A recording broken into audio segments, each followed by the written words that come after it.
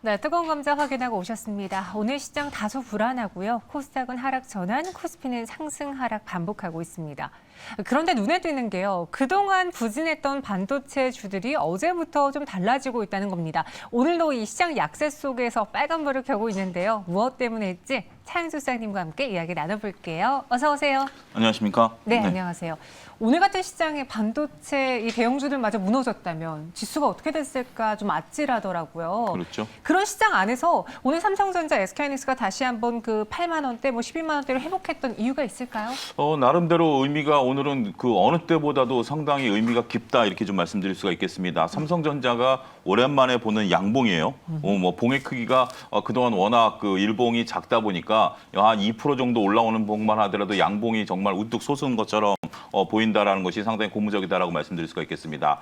조금 전에 이제 남자 앵커께서도 소개했다시피 현재 지금 외국인들이 지금 현재 약 3천억 가량 지금 우리 코스피 시장에 들어오고 있는데요. IT주 중심으로 아침서부터 계속해서 좀 사기 시작했다라는 것들입니다. 그동안 주구장창 IT를 매도해 왔었던 외국인인데 현재 지금 실적 발표가 났을 때도 별로 꿈쩍하지 않았었던 외국인들이에요. 근데 제가 매일경제TV에서 몇 차례 말씀을 드렸다시피 삼성전자가 올라가기 위해서는 외국인이 됐던 기관이 됐던 어떤 이러한 거대 세력들이 좀 사줘야 된다라는 점을 거듭 말씀을 드린 바 있는데요. 결국 실적 단위라든지 개인 투자자들의 힘만 가지고는 여력이 안 된다. 결국 수급이 들어와 줘야 된다라고 했는데 여지없이 외국인들이 지금 현재 IT를 좀 땡기면서 지수를 좀 방어하고 있는 그런 모습들이 보이고 있다라고 설명을 드릴 수가 있겠습니다.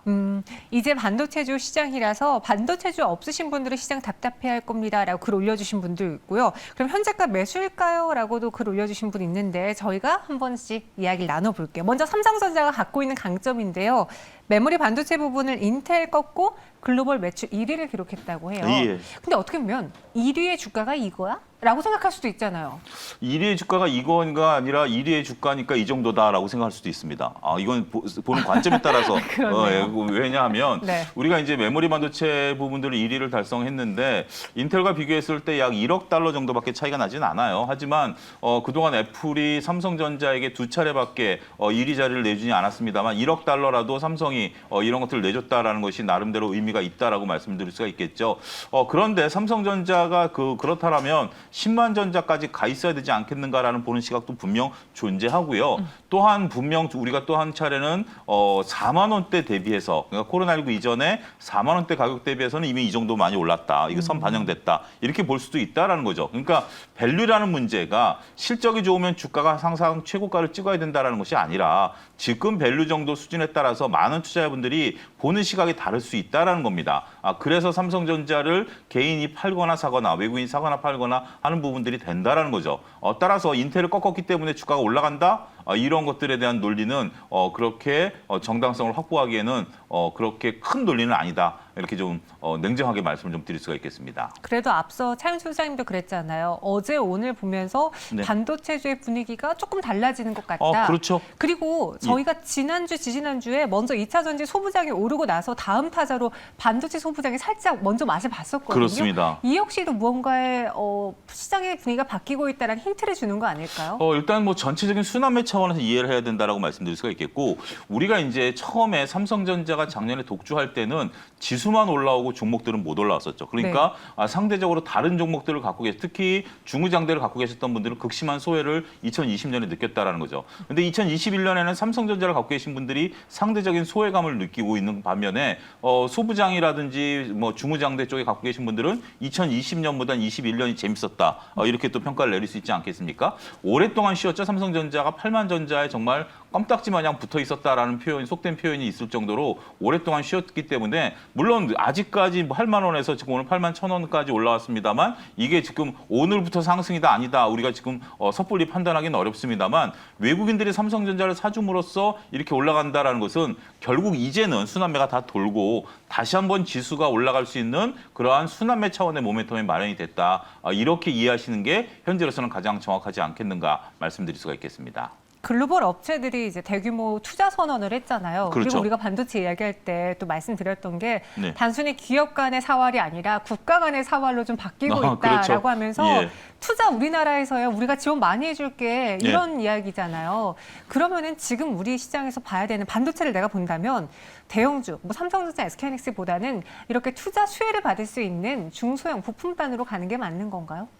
예, 수익률 면에 있어서 보면, 그러니까 뭐 안정적으로 내가 주식을 잘 모르고 이것저것 따지기 뭐 어렵다라고 한다라면 삼성전자가 날 수도 있습니다. 네. 삼성전자 같은 경우는 이제 은행 수익률처럼 정도로 이제 구분할 수 있으니까. 근데 배당도 주고요. 이런 거 보면 재미는 없죠. 오히려 조금 내가 주식에 대해서 공부를 좀 했고 분석이 좀 가능하다라고 보고 높은 수익률, 그러니까 내가 리스크를 떠안는 대신 높은 수익률을 떠안겠다라고 했을 때는 소부장으로 가는 게 맞습니다. 우리가 지금 현재 말씀하셨다시피 국가 간 사활이죠. 지금 현재 오늘 최강주들이 빠지는 게 또 중국발 또 이슈 아니겠습니까? 중국과 미국과에 있어서 이런 것들이 여러분들 카테고리를 잘 읽어내셔야 돼요. 지금 현재 앵커께서 정확히 보셨다시피 지금 사교육을 딱 중국이 옥죄는 이유가 이쪽을 강화하기 위해서 IT를 강화하기 위해서 사교육을 옥죄니까 사교육을 옥죄면 다들 게임 할 거 아니냐? 그러니까 또 게임도 옥죄고 이런 쪽으로 이제 몰아가고 있는 거거든요. 중국과 미국과의 싸움인데 이러한 사이에서 지금 현재 국내에 있어서 IT들이 계속 투자를 해야 됩니다. IT는 워렌 버핏이 IT를 투자하지 않는 이유가 자전거 쳇바퀴라서 그래요. 한번 이것을 투자를 멈추는 순간, 일본처럼 투자를 멈추는 순간 바로 도태돼 버리거든요. 따라서 이번에 투자가 새로운 것들이 아니라 매년 일어나는 투자입니다. 이러한 부분들이 현재 지금 인텔이라든지 뭐 TSMC라든지 우리나라 삼성전자라든지 이런 쪽들이 계속 투자를 하기 때문에 소부장들에 대해서는 원래 조금 관심을 좀 가지셔도 되는데 구체적인 계획까지 관심까지도 가지셔도 되지 않겠는가 말씀드릴 수가 있겠습니다. 이제 앞으로 삼성전자가 갖게 될 소식을 한번 또 저희가 미리 예상을 해볼게요. 네.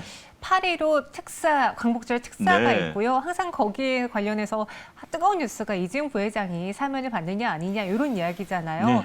그걸 벌써 기대하고 삼성물산의 주가가 그래서 움직이는 거다라고 말씀하신 분도 있었어요. 네, 예.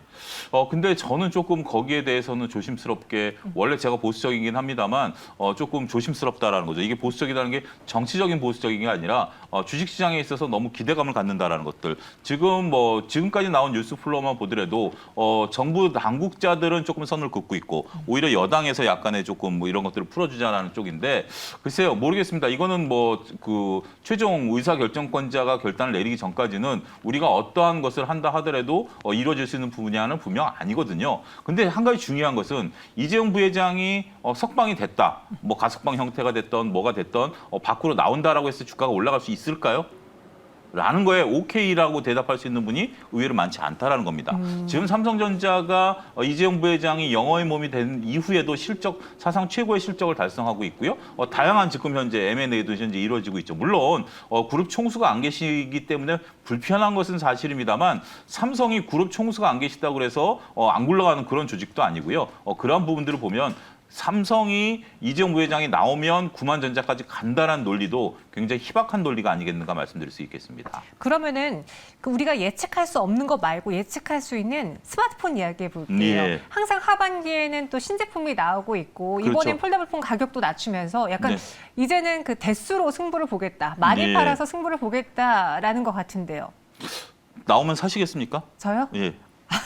그러니까 이렇게 지금 대답하시는 분들이 의외로 많아요. 그러니까 네. 폴더블폰이 나오면 내가 바꿀 것인가라는 부분들에 있어서 폴더블폰에 대해서는 많은 분들이 얘기를 하세요. 폴더블폰이 나오면 삼성전자가 좀 바뀔 것이야. 근데 이번에 삼성전자가 12조 이익에서 네. 휴대폰 부분에서 이익은 1조 2천억밖에 안 됐습니다. 그게 2조 4천억, 2조라든지 3조가 된다 한들 삼성전자가 과연 나머지 부분들을 뚫고 올라갈 수 있을까요?